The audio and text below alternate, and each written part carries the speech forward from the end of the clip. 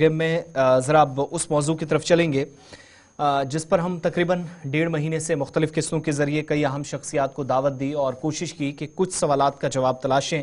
और इतना ही नहीं, मरकज़ के ज़ेर-इंतज़ाम इलाके में एक संगीन मसला जो आज नौजवान बच्चियों का या बच्चों का जो शादी की उम्र की हद पार कर चुके हैं और परेशानियां बहुत ज़्यादा हैं, और इन सवालात के जवाब तलाशते तलाशते हम मजहबी पेशवा हों, सिविल सोसाइटी के अरकान हों, मुअज़्ज़िज़ शहरी कह लीजिए, या फिर दीगर कई शख्सियात जो मुख्तलिफ तबका फ़िक्र से थे, या फिर इसके अलावा मुख्तलिफ फील्ड्स के अंदर अपना अपना वसी तजर्बा काम करते रहे और इस मसले से कैसे निपटा जाए इस पर सवालात का जवाब तलाशने की कोशिश की। इस मौजू पर ज़रा और आगे बढ़ेंगे और आज एक और ख़ास मेहमान हमारे साथ इस प्रोग्राम का हिस्सा हैं। आज डॉक्टर रिजवान आलम ठाकुर साहब हमें इस प्रोग्राम में ज्वाइन कर रहे हैं, जो कि डायरेक्टर हैं IITM के और एक मारूफ साइंसदान भी हैं, एजुकेशनिस्ट हैं। वादी कश्मीर के अंदर, जम्मू के अंदर और मुल्क के बाकी हिस्सों में भी अदबी खिदमात इनकी काफ़ी ज़्यादा हैं। और पिछले दिनों भी एक और अहम तरीन मौजू पर इनके साथ गुफ्तगू शनीद का सिलसिला आगे बढ़ा था और तालीमी मैदान में जब बात आई है तो उस हवाले से भी इनकी काफ़ी ज़्यादा खिदमात हैं। बहुत शुक्रिया हमारे साथ प्रोग्राम में डॉक्टर रिजवान आलम साहब ज्वाइन करने के लिए और खुशामदीद प्रोग्राम सलाम JK में आपको कहेंगे। बुनियादी मामला, पहले हमने मंशियात के ताल्लुक से एक 2 महीने तक की एक सीरीज़ चलाई जिसमें बहुत सारे लोगों से हमने उनका ओपिनियन लिया और कैसे मुश्किल सूरत हाल से निकला जाए इस सवाल का जवाब तलाशने की कोशिश की। लेकिन आज के वक्त में एक और परेशानी जिस पर हम पिछले 1.5 माह से गुफ्तगू शनीद कर रहे हैं और वो है नौजवान बच्चों और बच्चियों का। इस वक्त ज़िंदगियां जैसे मुतासिर हो रही हैं दोनों प्रोविंसेस के अंदर, और कश्मीर सूबा ज़्यादा जम्मू के मुकाबले मुतासिर हो रहा है। ये मसला जिस पर आपकी तरफ से भी कई रिसर्चेस की गई, तहकीक की गई, लोगों के साथ उठना बैठना है, मुशाहिदा करते हैं आप सूरत हाल का। नौजवान बच्चियों से जो बेसहारा हैं, माली तौर कमज़ोर हैं, जिनको मदद की काफ़ी ज़्यादा ज़रूरत है, उन सब के साथ तबादला ख्याल होता है, बातचीत होती है, कभी डेलिब्रेशंस होती हैं। क्या ओवरऑल आप इस सारे सूरत हाल का मुशाहिदा कर पाए हैं जिससे दौरे हाजिर में ये पूरा खित्ता गुजर रहा है? देखिए, बहुत बहुत पहले ही मैं आपको बड़ा मुबारकबाद देता हूं कि आपने इस चीज़ के लिए कैंपेन चलाई है। इससे मतलब हमें यही लगता है कि इस सोसाइटी में अभी भी आपकी वसादत से, आपकी चैनल की वसादत से फिक्रमंद लोग हैं और जो ज़मीर से जगे लोग हैं। मैं आपको मुबारकबाद देता हूं और इस बात का भी शुक्रिया करता हूं कि आपने मुझे यहाँ दावत दी मतलब बोलने के लिए और स्टूडियो में आने के लिए। मसला ये है कि देखिए, जो अहम मसला है, आज हम गुफ्तगू करेंगे रिसर्च बेस्ड। जो भी हम आज whatever I am going to speak, it is based on concrete research. और रिसर्च के एतबार से एक रिसर्चर है मतलब from Saudi Arabia, doctor S Hamid, जिन्होंने इस पे बहुत तहकीकी प्रोजेक्ट ले लिया, उस पर रिसर्च किया और इस रिसर्च को कैनेडन उम्दा international journal of psychology study जी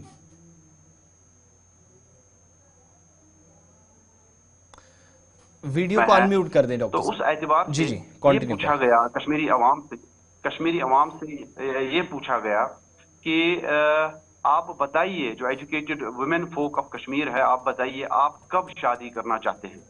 इसमें ये देखा गया है कि 30.39% जो है पॉपुलेशन, वो बोलते हैं, वो कहते हैं, वो चाहते हैं कि हमारी शादी हो जाए 20 और 25 ईयर्स के दरमियान जो उनकी एज है। और 65.86% ऑफ द पॉपुलेशन जो है एजुकेटेड वुमेन फोक जो है कश्मीर का, वो चाहते हैं कि उनकी शादी हो जाए 25 और 30 साल के दरमियान। और जो 3.92% रहते हैं वो कहते हैं कि हमारी शादी हो जाए 30 और 35 के बीच में।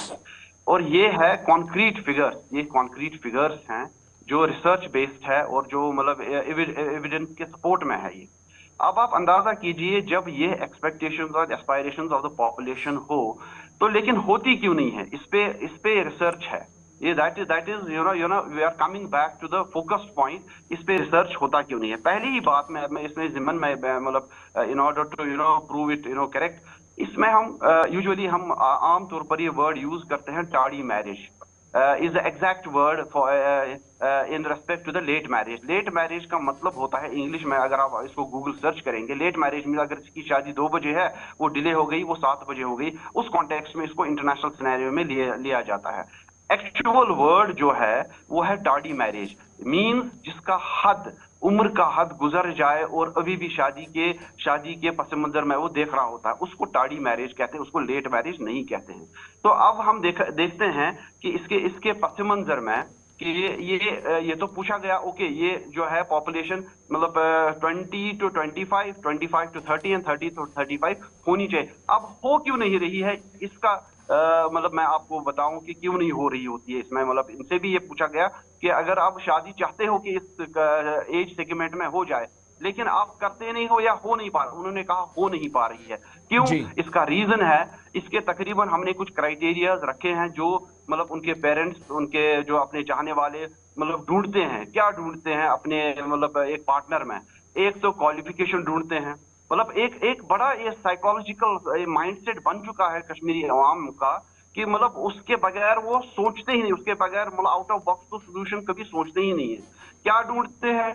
क्वालिफिकेशन ढूंढते हैं, क्या ये ग्रेजुएट है, 10+2 है, पीजी है, पीएचडी है, एमबीबीएस है, बीई है, बीएससी क्या किया है, स्कूलिंग ढूंढते हैं, क्या इसमें कॉन्वेंट एजुकेटेड है, प्राइवेट स्कूल है, गवर्नमेंट स्कूल है, प्रोफेशन ढूंढते हैं, क्या डॉक्टर है, इंजीनियर है, बैंक मैनेजर है, कश्मीर एडमिनिस्ट्रेटिव सर्विस है, टीचर है, लेक्चरर है।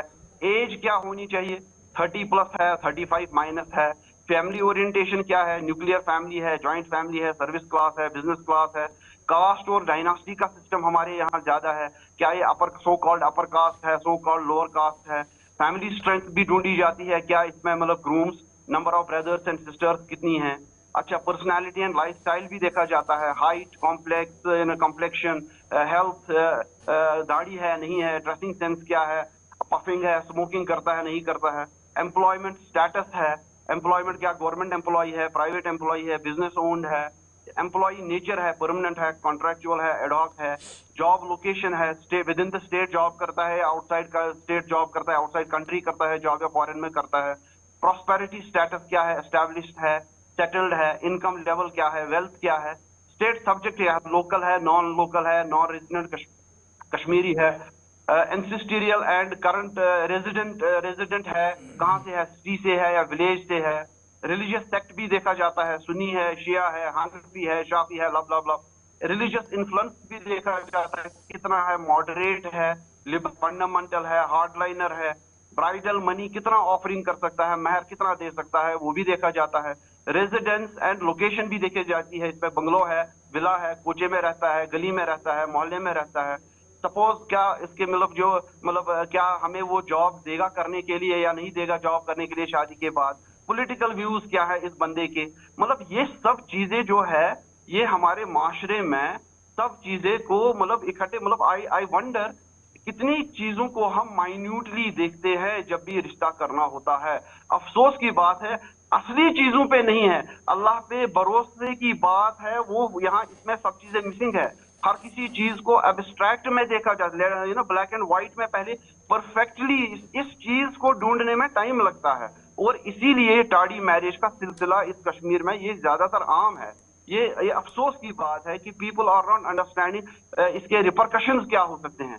मैंने ये देखा है, आप अंदाजा लगाइए, मतलब when I come to you know when we did research, I found that majority of the downtrodden people of Kashmir are marrying from West Bengal, from Nepal.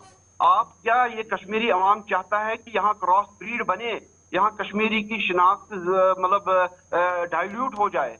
आप इस पे सोचते ही नहीं है। मतलब कोई इंटेलिजेंसिया का आदमी जो है, जो भी शऊर पसंद आदमी कश्मीर का है, वो कभी he doesn't understand, he doesn't know the logic behind this, इसके लॉन्ग टर्म कॉन्सिक्वेंसेस और रिपरकशन क्या हो सकते हैं कश्मीरी एज अ कौम। और इसमें आप देखिए मतलब usually lot of people marry from outside and then you know they are very happy, they said अरे सर इतना महर कौन देगा सर, ये मैंने तो 2000 रुपए में शादी कर दी and I am very happy, I am living very happy life. आप अंदाजा कीजिए कश्मीरी लड़कियां कहाँ जाएंगी? आपसे मैं सवाल करता हूँ, कहाँ जाएंगी कश्मीरी लड़कियां?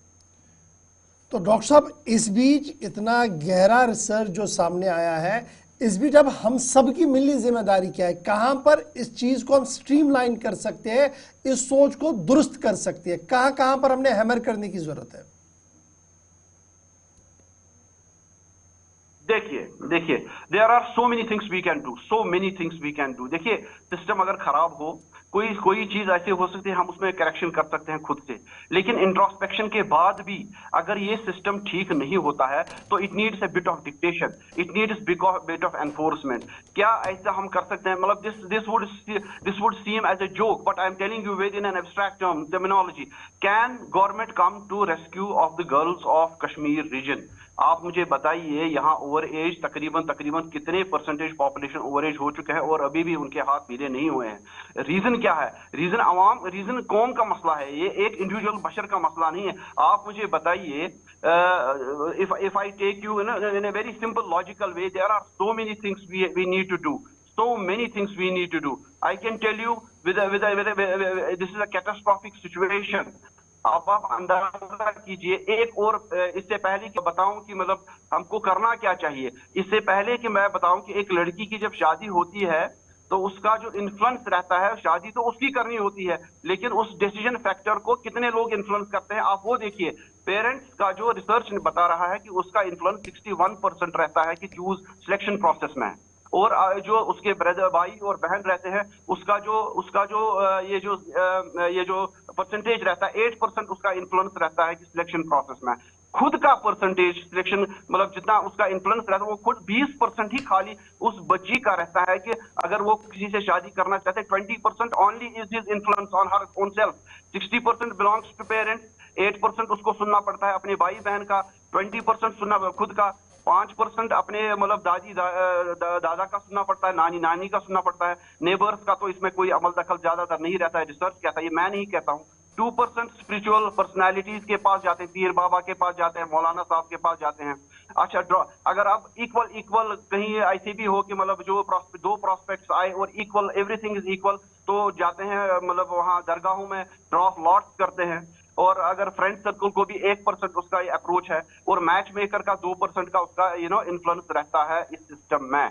आप अंदाजा कीजिए, जिसकी शादी हो उसको खाली 20% ही अपना उसमें मतलब से है और 80% उसका से नहीं है, तो कैसे होगी टाइम पे शादी? आप मुझे अल्लाह के वास्ते बताइए, how is it possible that you expect a good match when it comes to 20% of the influence on self and 80% from outside? आप अंदाजा कीजिए कैसे हो सकता है ये। अब आपने सवाल पूछा कि भैया अब करना क्या है, करने तो बहुत सी चीजें हैं इसमें, मतलब you can not it in isolation, you have to do a lot of, first of all lot of research needs to be done in this essence, number 1।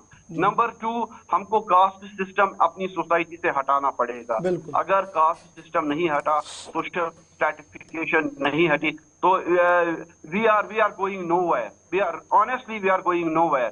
तो हमको देखिए, we should introduce upper age limit to enter the wedlock, or hence go for the penalties and in terms of social standardization आपको करनी पड़ेगी। तो क्या देखिए, आपको और एक काम करना पड़ेगा, बड़ा काम, जो लोगों को जहन जो है उनके दिमागों को ओवरहॉल करना पड़ेगा, उनकी जहनियत को ओवरहॉल करना पड़ेगा। ये कश्मीरी अवाम का सवाल है, ये एक इंडिविजुअल का, ये एक इलाके का सवाल नहीं है, कश्मीरी कौम और कश्मीरी फ्यूचर का ये सवाल है। आप इसलिए मतलब आपकी वसादत से everybody has to play its own part, you have to introduce severe punishment for those who are expecting the huge महर।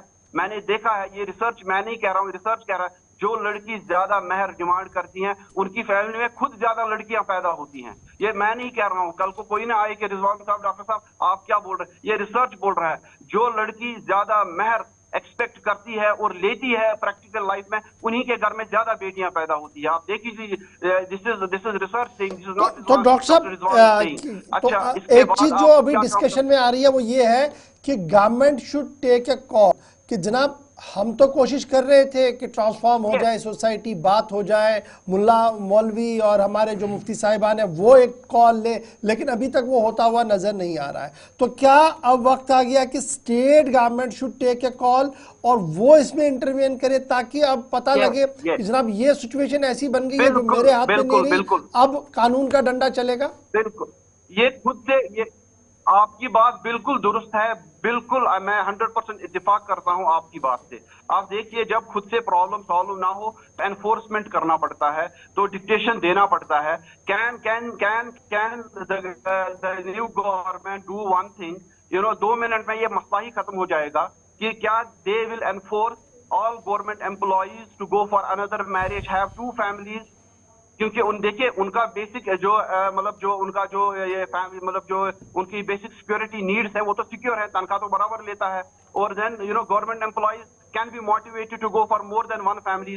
तो एक अगर ये एनफोर्समेंट गवर्नमेंट की तरफ से आ जाए to establish more than one family, ये प्रॉब्लम 2 मिनट में खत्म हो जाएगी। Don't give them salaries unless and until they marry another girl from a very poor family, from a rich any family, whatever they want, but have 2 families at least। खुदारा हमारा कौम खराब हो रहा है, हमारे जो ये जो नौजवान नस्ल जो है, फीमेल स्पेशली, ये प्रॉब्लम मैं आपको बताऊं कि मतलब यूजुअली नॉर्मल सेंस में देखिए हम इसमें मतलब it's not a religious thing for आप देखिए राजा दशरथ की कितनी बीवियां थी, अच्छा ये बताइए श्री कृष्ण की कितनी बीवियां थी, हमारे रसूलुल्लाह सल्लल्लाहु अलैहि वसल्लम की कितनी अज़वाज मुतहरात थी।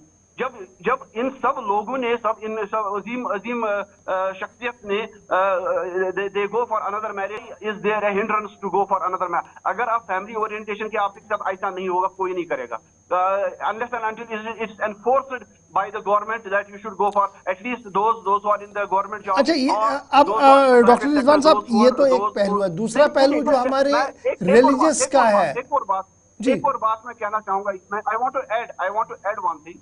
Those who pay suppose income tax of 5 lakh rupees a year, tell them to go for another, force them to go for another marriage। तो ये सारा मसला 2 मिनट का है, लेकिन एनफोर्समेंट होना चाहिए इसमें। ठीक है, तो डॉक्टर साहब अब ये जो हमारे मजहबी पेशवा है उनकी कितनी बड़ी जिम्मेदारी है आज के दिन में? We need to enforce it। ये जो मजहबी पेशवा हमारे हैं इनकी कितनी जिम्मेदारी बनती है? जी बिल्कुल, इनको देखिए ये सिस्टम जो है, ये सिस्टम साइकोलॉजिकल सिस्टम जो फीमेल्स डोमिनेंट सिस्टम है, इससे देखिए जब अरब में ऐसा होता है, जब दुबई में ऐसा होता है, जब दूसरे ममालिक में ऐसा हो सकता है, यहाँ क्यों प्रॉब्लम है इस चीज को इम्प्लीमेंट करने में और इसको सोशल सोसाइटी में अच्छा देखने के लिए?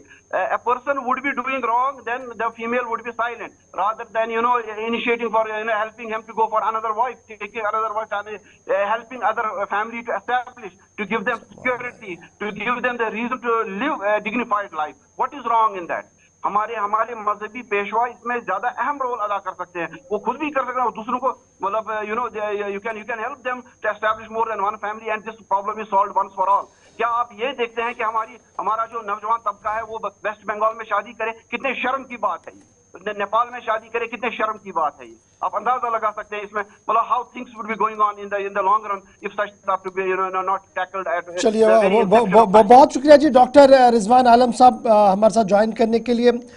चूंकि वक्त यहाँ पर खत्म हुआ चाहता है, बहुत शुक्रिया जी आपका हमारे साथ ज्वाइन करने के लिए।